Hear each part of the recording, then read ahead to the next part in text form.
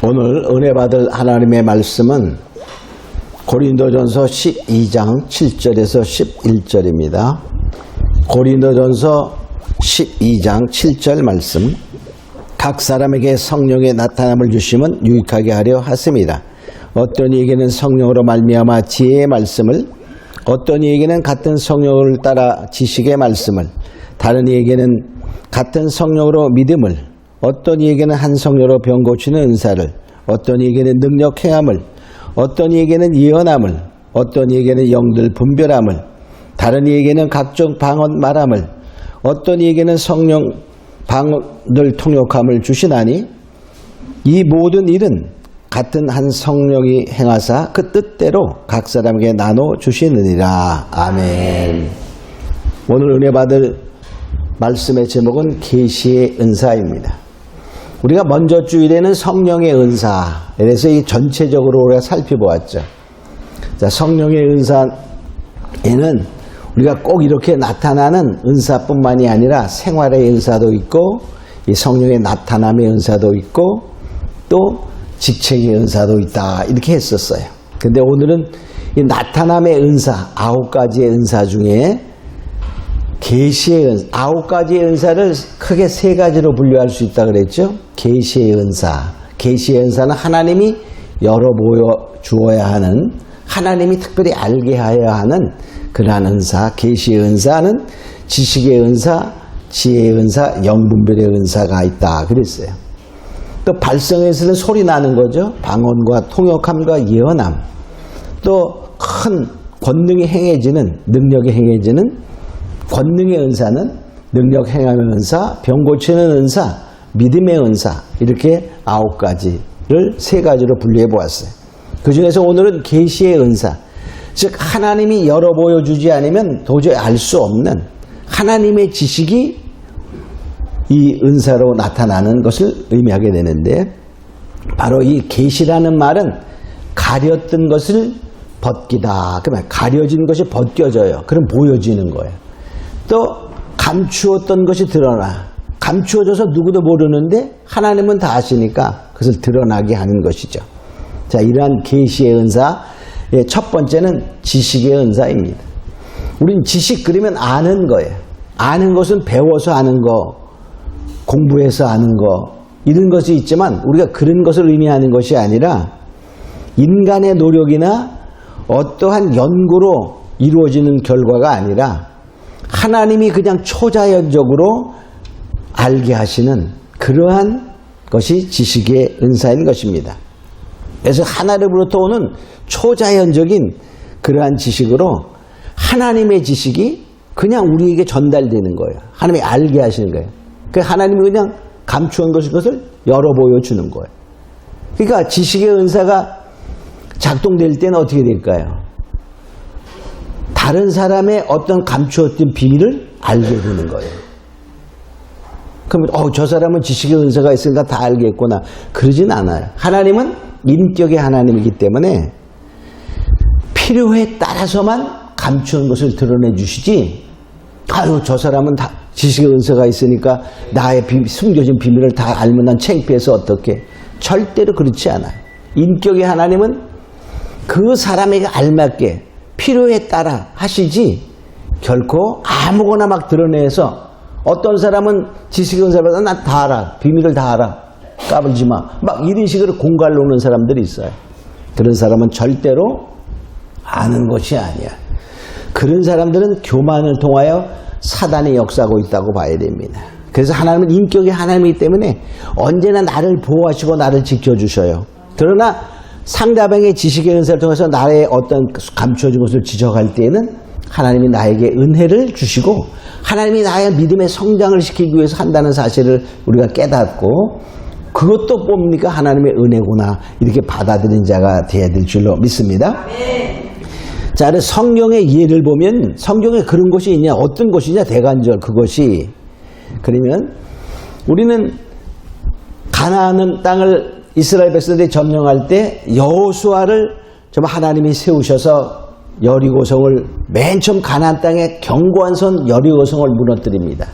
그럴 때 하나님께서 여호수아 6장에 보면 하나님이 여호수아에게 말씀하셔요.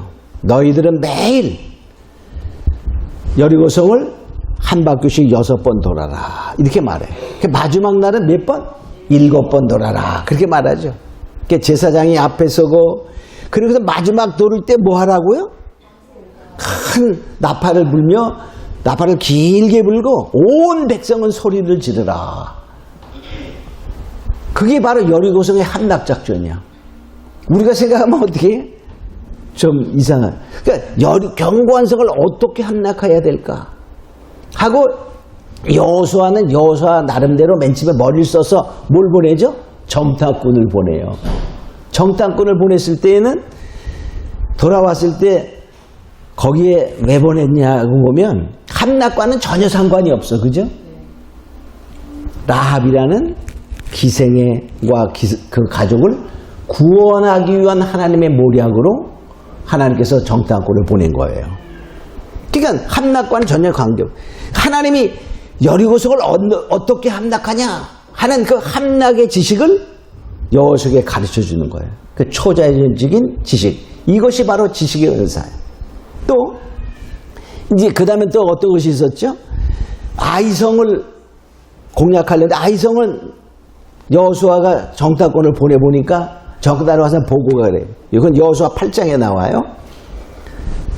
가보니까는 그 성은요 조그매서요. 우리 군사 다 갈 필요 없어요. 한 2~3천 명만 보내면 그냥 함락됩니다. 그래, 출발하고 보내는데 그 아이성 대패, 아주 완전히 패배당하는 거야. 많은 사람이 죽고 이스라엘 백성이 정말 마음이 녹았다. 그래, 너무 겁나가지고 싸워보니까 그때 하나님께서, 여호수아가 하나님께 엎드려. 그 말은 기도했다 그 말이에요. 엎드리니까 하나님께서 말씀하셔요.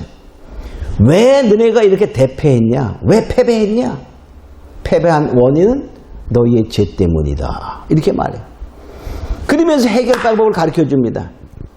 여호수아야, 넌 가서 온 백성을 모아 각 지파를 모아라. 그 지파의 대표를 뽑습니다. 지파를 딱 뽑아. 유다 지파가 뽑혀요.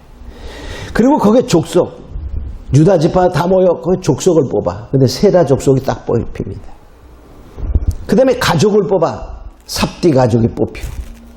그 가족만 남았어. 가족들. 거기에서 아간이 또 딱 뽑히는 거야. 그게 하나님의 그 아이성을 치기 위해서 죄를 해결하는 방법을 가르쳐. 그 아간이 딱 뽑혔어요. 그 아간에 내가 무슨 죄를 지었냐? 아간이 벌벌 떨면서 고백합니다. 여리고성을 무너뜨릴 때에 거기에 있는 모든 물건과 남녀노소를 물어나고 다 불태워라. 그래서 다 불태워라. 단 라합과 라합의 가족만 보아라. 이렇게 말씀하시고 싹 쓸어 불태워라 했는데, 아간이라는 사람이 여리고성에 가서 보니까 생전 처음 보는 찬란한 외투가 있어. 신할산 외투. 멋진. 그리고 금덩어리를 보니까 눈이 휙 돌아갔어요. 또 은과. 그래서 은과 금과 외투 한 벌을 감춥니다. 어떻게 돼 있어야죠? 다 불살라 버려서 하나님께 받침이 되어야 됩니다. 근데 내가 취하는 거예요. 그렇게 말씀하셨어요. 그것을 불태우지 않고 자기가 취한 것은 그도 하나님께 받침이 된다. 그러니까 결과적으로 그걸 그냥 불태워버렸으면, 갖지 않았으면 되는데, 자기가 취함으로 말미암아 그거와 함께 불태워지는 거예요. 죽는 거예요. 쉽게 말하면. 그래서 결과적으로 아간이 뽑힙니다. 죄를 고백합니다. 그리고 많은 백성이 이것을 보았어요. 아골이라는 골짜기로 아골로 끌고 가서 돌로 칩니다. 그리고 불태워 그 아간의 가족들이 죽습니다. 이제 죄가 해결됐어요. 아이성을 치라. 그러니까 아이성이 그냥 무너지는 거예요. 바로 이렇게 하나님께서 승리하는 그 방법을 여호수아에게 가르쳐주는, 그 누구도 상상하지 못하는 알 수 없는 지식, 이것이 바로 지식의 은사인 것입니다. 아멘. 우리 그런 은사 받았으면 좋겠죠? 아멘. 할렐루야. 다 다 받기를 소원합니다. 또 예를 들어보면 또 이런 게 있어요. 엘리사라는 선지자가 있었죠. 엘리야의 제자 엘리사가 이제 그 시대는 아합왕 시대야. 아합왕 시대. 근데 아람이라는 나라와 이렇게 많이 전쟁을 하며 아람이 늘 침범을 해서 골치 아파. 그때 아람과 전쟁할 때에 바로 엘리사가 이제 아합왕에게 얘기합니다. 지금 어느 곳으로 집 아합 군대가 쳐들어옵니다. 하니까 아합왕이 딱 방비해. 쳐들어갈 때마다 이스라엘 군대들이 방비하고 있어요. 야, 이거 기가 막힌 일이야. 그게 아람 왕이 화가 났어. 야, 거기에 우리의 간첩이 있구나. 그놈을 잡아내라. 그러니까 그 신하 중에 하나가 말하기를 엘리사라는 선지자가 있는데 왕이 침실에서 속삭이는 것까지 다 합니다. 그렇게 말하는 거예요.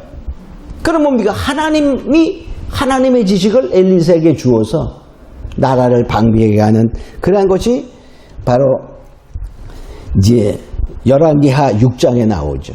이런 거를 보면은 얼마나 하나님은 모든 것을 아시는 주님. 그러니까 하나님이 전쟁에도 승리하는 건 하나님의 손에 있어요. 북한이 지금 막 핵을 엄청나죠. 지금 쏘아대고 14일 내내 뭐 했어요? 서해로 동해로 그냥 포를 600여 발에 가까운 포를 쐈어요. 연평도 주민들이 다 놀랬대. 응? 소뚜껑 보고 자라보고 놀란 사람 소뚜껑 보고 놀랬는 것처럼 그냥 놀랬어요. 자, 우리가 가장 중요한 것은 뭐냐? 우리가 핵을 갖는 것도 중요하지만 더 중요한 것은 하나님의 사람들이 있느냐 없느냐, 또 하나님의 사람의 말을 듣느냐 안 듣느냐, 이런 것이 중요한 것입니다. 또 신약시대에 보면 어떤 것이냐면 아나니아와 삽비라라는 아주 훌륭한 성도가 있었어요. 그래서 초대교회 때 많은 사람들이 자기의 재산을 팔아 사도 앞에 놓게 됩니다. 아나니아 삽비라도 어느 날 다른 사람이 놓는 것을 보고 자기도 놓고 싶었어요. 그래서 자기의 밭을 팔아서 이제 드리기로 작정을 합니다. 제가 이 땅을 팔면요 100% 하나님께 드리겠어요. 이렇게 약속을 했어요. 근데 딱 팔고 나니까 무슨 생각이 들어요? 자, 팔아서 마늘에 얼마를 돈을 받았는데 이게 뭐 나도 좀 써야지. 그리고서 감추어서 일부를 감추고 일부를 베드로 앞에 내어놓게 됩니다. 그때 베드로가 베드로는 땅 판 사실도 알도 몰랐고 얼마 받았는지도 알지 몰라. 근데 베드로가 말합니다. 아나니아와 삽비라가 왔을 때 말하죠. 이게 내 돈 판 돈 전부냐? 예, 전부입니다. 100%입니다. 그래서 그러니까 왜 성령을 속이느냐 하면서 일부를 바친 걸 알아요. 그래서 그들이 엄청난 그 죗값을 치르게 되는 것을 보게 됩니다. 베드로는 도저히 알 수가 없어요. 그러나 바로 하나님이 알게 하시니 초자연적으로 우리가 배워서 한 것이 아니요 누구에 들어서 한 것이 아니요 그냥 하나님으로부터 온 지식으로 알아지는 지식의 은사가 바로 이 지식의 은사입니다. 우리는 이 지식의 은사는 하나님이 알려주어야 되는 거야. 근데 왜 알려주겠어요? 다른 사람의 신앙을 잘 세우라고 그게 알려주는 거예요. 그러니까 알았다 그래가지고 공갈적으로 하면 안 돼. 응? 그래서 절대로 공갈적으로 하는 그 주의 종이 혹시 있다면 그건 사기꾼입니다. 절대로 하나님은 그렇게 하지 않으셔요. 왜? 그도 사랑하고 나도 하나님이 사랑하기 때문에 결코 그렇게 하신 하나님이 아니고 인격의 하나님이요 보호하시며 정말로 품으시는 하나님이시기 때문에 때로는 우리가 어떤 사람들은 그래 겁나가지고 하는 사람들이 있어요. 무당이나 이런 사람들은 겁을 줍니다. 점치는 사람들은 겁을 줘요. 귀신의 역사는 겁을 줍니다. 왜? 그래야지 돈 나오니까. 응? 하나님의 진실한 하나님으로부터 온 지식을 받은 사람들은 절대로 그렇게 하지 않는다는 사실을 우리는 기억하고 겁먹거나 그러지 않도록 원합니다. 자, 두 번째 무엇이 있냐면, 자, 그런데 이 지식의 말씀이 딱 왔을 때 우리가 조심할 것이 있어요. 막 나부르기는 절대로 안 됩니다. 알게 했어요. 그러면 어떻게 될까? 말해야 되냐 안 해야 되냐, 이게 중요한 거야. 상대에게 말할 것인가 말하지 말할 것인가 깨달아야 돼. 자, 또 말하라 했으면 그냥 말하는 게 아니에요. 언제 말할까요? 언제 말할 것인가? 어떻게 말할 것인가? 직접 쏘아댈 것인가? 그렇지 않으면 뭐 할 것인가? 돌려서 말하. 이것을 하나님의 지식을 받아야 된다는 것입니다. 그래서 바로 뭐냐?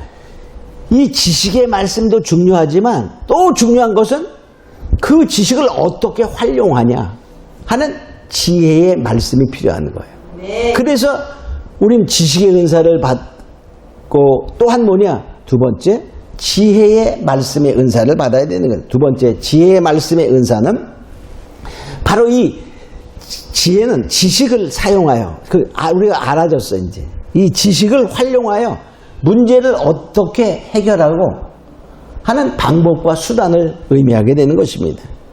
그러므로 어떤 사람들은 지식은 부족해.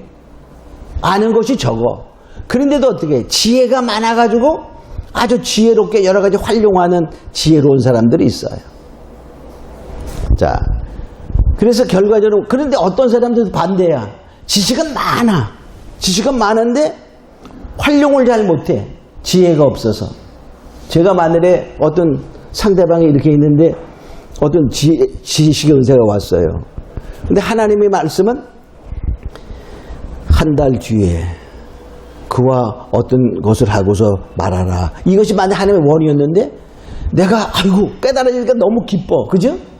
그래가지고 탁 말합니다. 그러면 어떻게, 이 사람은 그 말에 상처를 받고 자빠진다고, 넘어진다고. 그러면 어떻게 될까요? 그 지식의 은사는 좋은 효과를 발휘 못하는 거예요. 사용을 잘 못하는 거예요. 그래서 우리가 바로 지식의 은사를 받고 지혜로운 자가 되려면, 그걸 잘 활용하려면 지혜의 은사를 받아야 된다는 것입니다. 그래서 이 지혜의 은사도 뭐냐? 여기서 말하는 것은 다 하나님의 지혜. 우리가 경험한 지혜도 중요하지만 하나님으로부터 오는 지혜가 중요하다는 것입니다.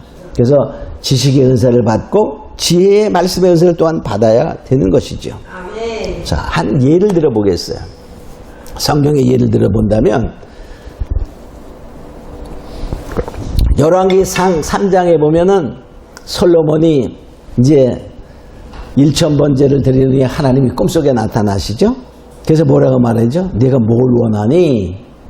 그러니까는 솔로몬이 구한 게 뭐예요? 지혜를 원합니다. 나는 어린아이다. 그가 어린아이였을까요? 열 몇 살이 아니야. 왕위에 오른 청년이었어요.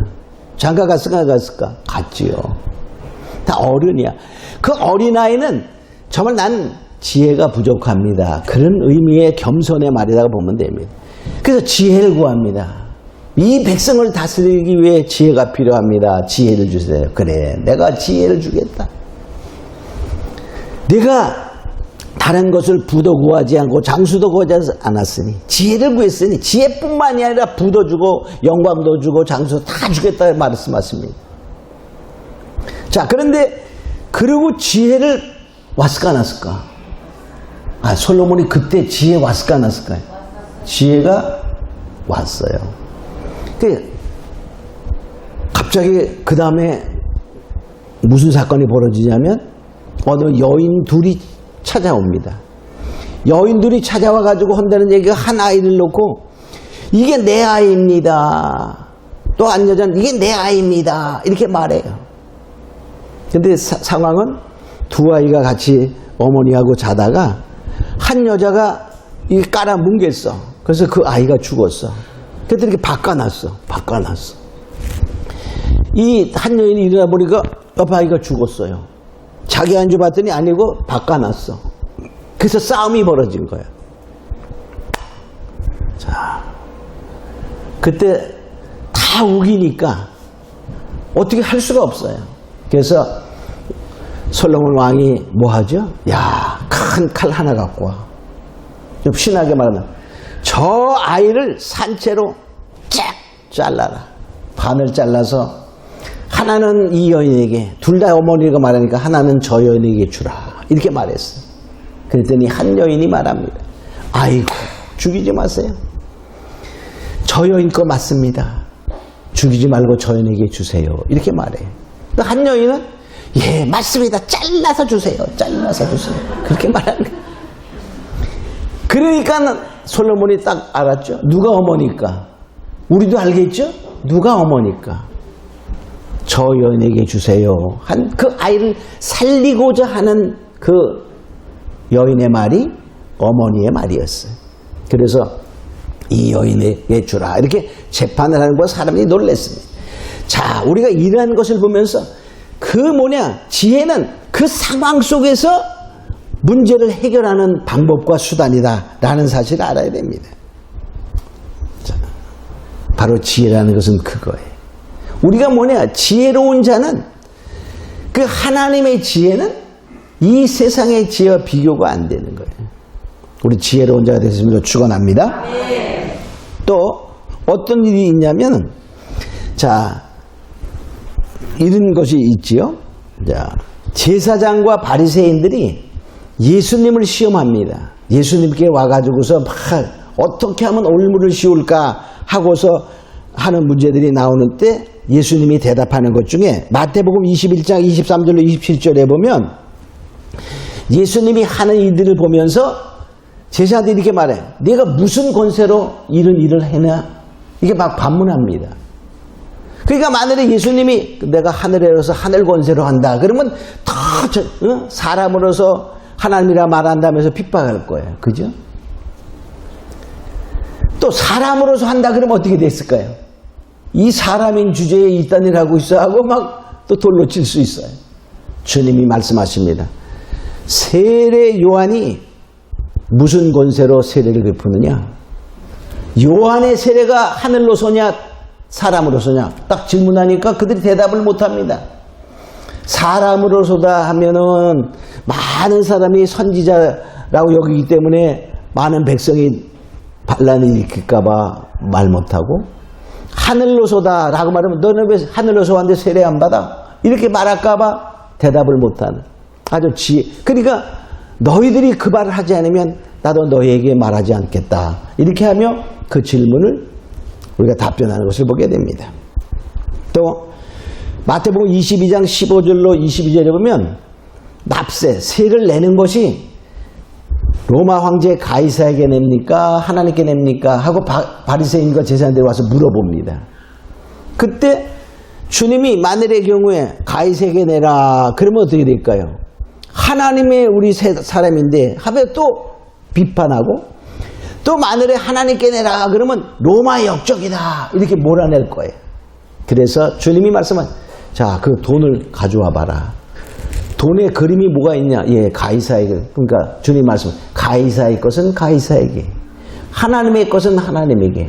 이렇게 답변을 하면서 그들이 꼼짝을 못하는 거예요. 또 요한복음 8장 1절로 7절에 보면 간음하는 여인이 옵니다. 간음하는 여인은 율법에 뭐 해야 돼? 돌로 쳐 죽여야 됩니다. 붙잡아 왔어요. 그래 놓고 막 사람들이 예수님에게는 이 여인을 돌로 쳐 죽일까요? 살려줄까요? 어떻게 합니까?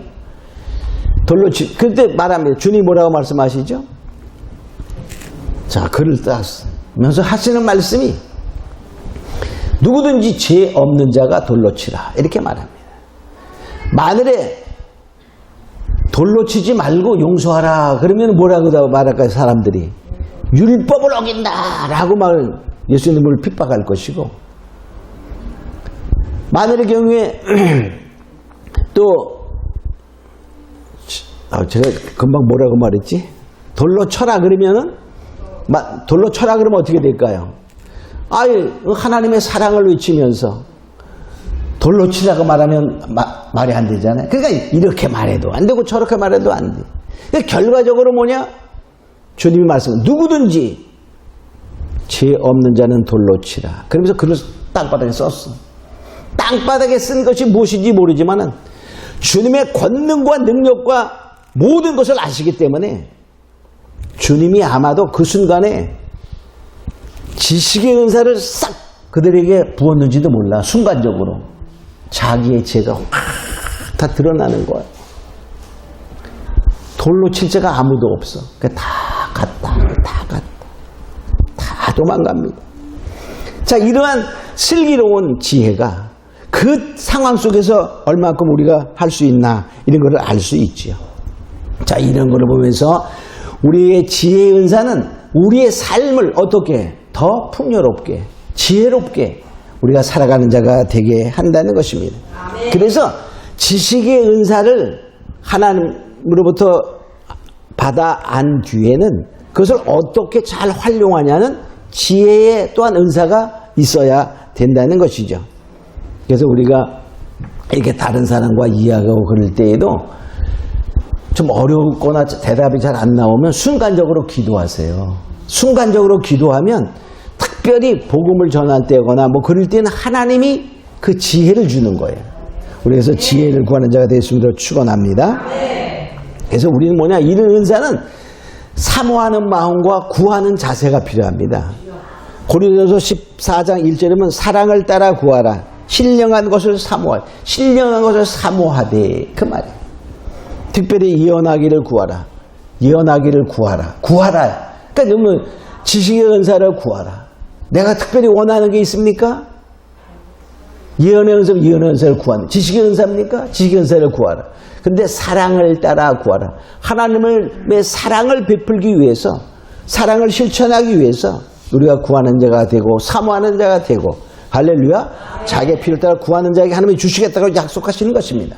자, 세 번째 보면 영분별의 은사. 자, 영분별의 은사는 여기 12장 10절에 나오죠. 어떤 이에게는 영들 분별함을. 그래서 이게 뭐냐, 어떠한 이 사건들이 하나님께로부터 온 것이냐, 사람으로부터 온 것이냐, 사단으로부터 온 것이냐를 구별하는 것입니다. 이것도 마찬가지 하나님의 초자연적인 능력이 필요한 것이죠. 근데 우리가 배워서도 많은 경험을 통해서도 분별할 수가 있어요. 만약에 우리가 성경을 많이 아는데 성경에 위배되는 말을 자꾸 해. 그러면 어떻게 될까요? 그거는 잘못 되었다 알 수 있죠. 예수 외에도 구원이 있다라고 말하면 그것은 어디로부터 왔을까요? 귀신으로부터 온 거예요. 사단으로부터 온 거예요. 왜? 말씀이 그거니까. 근데 우리가 뭐냐, 아주 모호한 그런 것들이 있어. 그냥 분별하기 어려운 것들이 있어요. 그럴 때에 하나님의 무엇이 영분별의 은사가 필요하다는 거예요. 자, 우리가 성경의 예를 들어보겠습니다. 아합왕 시절에 하나님이 아합왕을 죽이기로 작정합니다. 죽이기로 작정한, 그럼 죽이려면 어떻게 될까? 그냥 병들어 죽일 수도 있지만 하나님이 전쟁을 통해서 죽이기로 작정합니다. 그래서 열왕기상 22장에 보면 이제 길리앗 라못이라는 곳을 이제 되찾기 위해서 전쟁을 하게 되는데, 그 전쟁을 할 때 아합 왕이 남쪽에 있는 그 대신에 여호사밧 왕이야. 연합해가지고 전쟁을 합니다.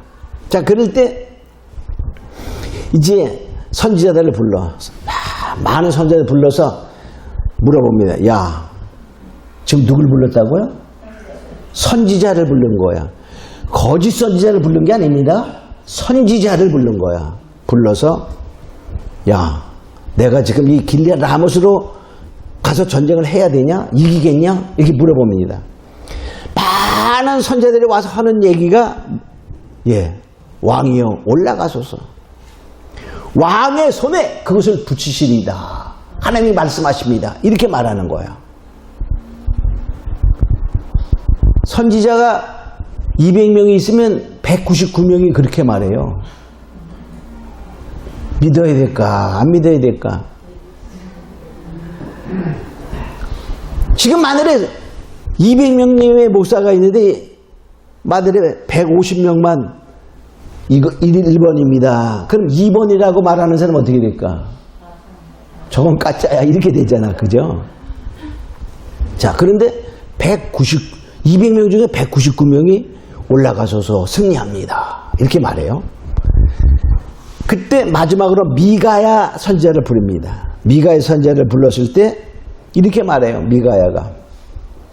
뭐라고 말하냐면 하나님이 말씀하시는데 그 말이에요.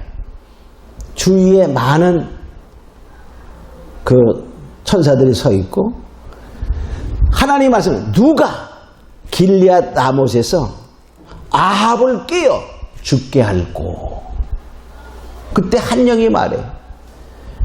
다른 이렇게 하겠습니다. 저는. 근데 한 영이 말하기를 내가 아합을 깨어 죽게 하겠나이다. 그 어떻게 깨기야? 내가 거짓말하는 영이 되어 각 선지자의 입에 있겠나이다 하는 것을 보았습니다. 들었습니다. 라고 말하니까 아합왕이 어떨까? 이 괘씸한 놈 이렇게 되겠죠? 그래서 아주 혼냅니다. 자, 오늘날도 마찬가지야. 우리가 많은 사람들이 어떠한 사건과 문제에 대해서 이렇다라고 한다 할지라도 그 말이 하나님께서 왔는데 만일에 거짓 영의 입술이 다 선지자야. 다 우리가 목사님들이 여기서 뭐 수만 명이 있다고 대한민국에도 수만 명이잖아요. 거기에 거짓 목사라고 자칭하는 사람들이 있나 없나?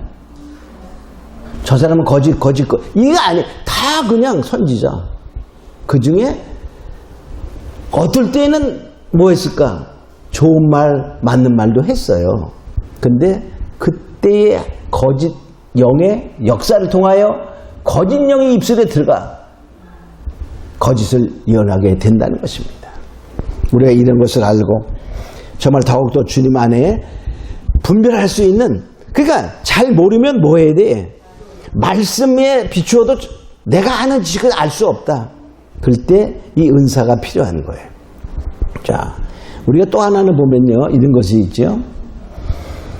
사도 바울이 사도행전 16장에 보면 이제 전도를 할 때에 그 사람, 어떤 귀신 들린 여종이 말합니다. 아, 이 사람들은 하나님의 뭐 아주 큰 하나님의 종으로서 이렇게 말합니다. 지극히 높은 하나님의 종으로서 구원의 길을 전하는 자입니다. 이렇게 말해주는 거야. 아, 그러니까 얼마나 신날까? 그 빌립보 사람들이 생각할 때 어떨까? 아주 자기네가 믿고 막 아주 그 여종이 얼마나 점을 잘 쳤냐면요. 많은 사람들에게 이익을 줬다 그래요. 그 주인이 그 여럿이었어요. 그만큼 뭐 했을까? 오늘 말하면 돈을 많이 벌 수 있는 점치는 여자아이였어요. 그러니까 말을 들을까 안 들을까? 아니, 지금 점치는 사람들이 점치러 갔어요. 우리 안 해봐서 잘 모르시죠?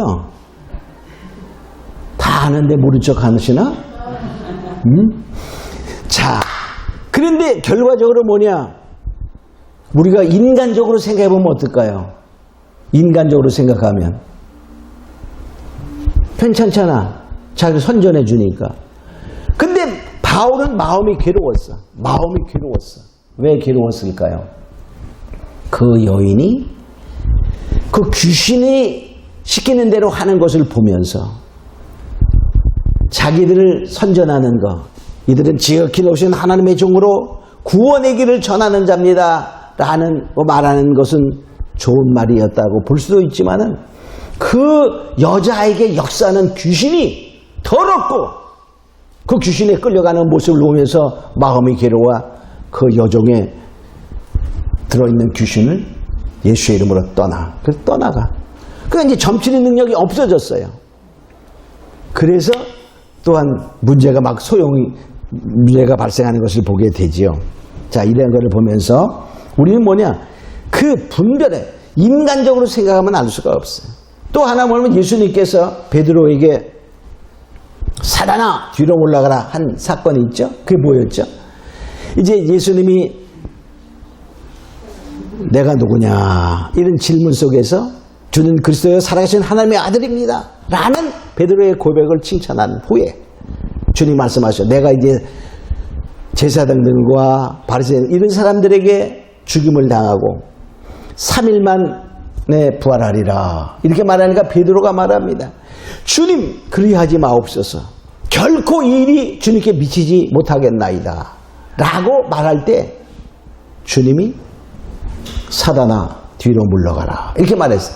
그 베드로가 그렇게 말한 것은 너무나 인간적이고 사람으로 보면 너무나 훌륭한 제자의 말이었지만 주님은 그 말이 무슨 말이었다고? 금방 하나님의 영에 의해서 주는 그리스도의 살아계신 하나님의 아들입니다 라고 고백했던 베드로가 이제 무슨 말을 했다는 거야? 사단의 말을 했다는 거야. 사단의 말. 사단아 뒤로 물러가라 하시면서 하는 말씀이 이랬어요. 내가 하나님의 일을 생각지 아니하고 사람의 일을 생각하는도다. 사람의 일을 생각하는도다. 우리가 가장 인간적인 것은 하나님이 원하시지 않은 일들이 있다는 사실을 알아야 됩니다. 그래서 우리가 그 분별하는 것, 우리가 그냥 인간적으로 생각하면 얼마나 베드로는 여러분이 만약에 예수님이라고 가정했어요. 그 상황 속에 들어갔다고 생각해봐. 그렇지만 여러분들은 그런 능력이 없어요. 그런데 베드로가 그렇게 말했어. 그럼 어떨까? 잘했어. 넌 정말 베드로다. 이렇게만 말했을지도 몰라, 그죠? 그 영분별이 없으면 그런 오류를 범하고 착각할 수 있다는 사실을 알아야 돼.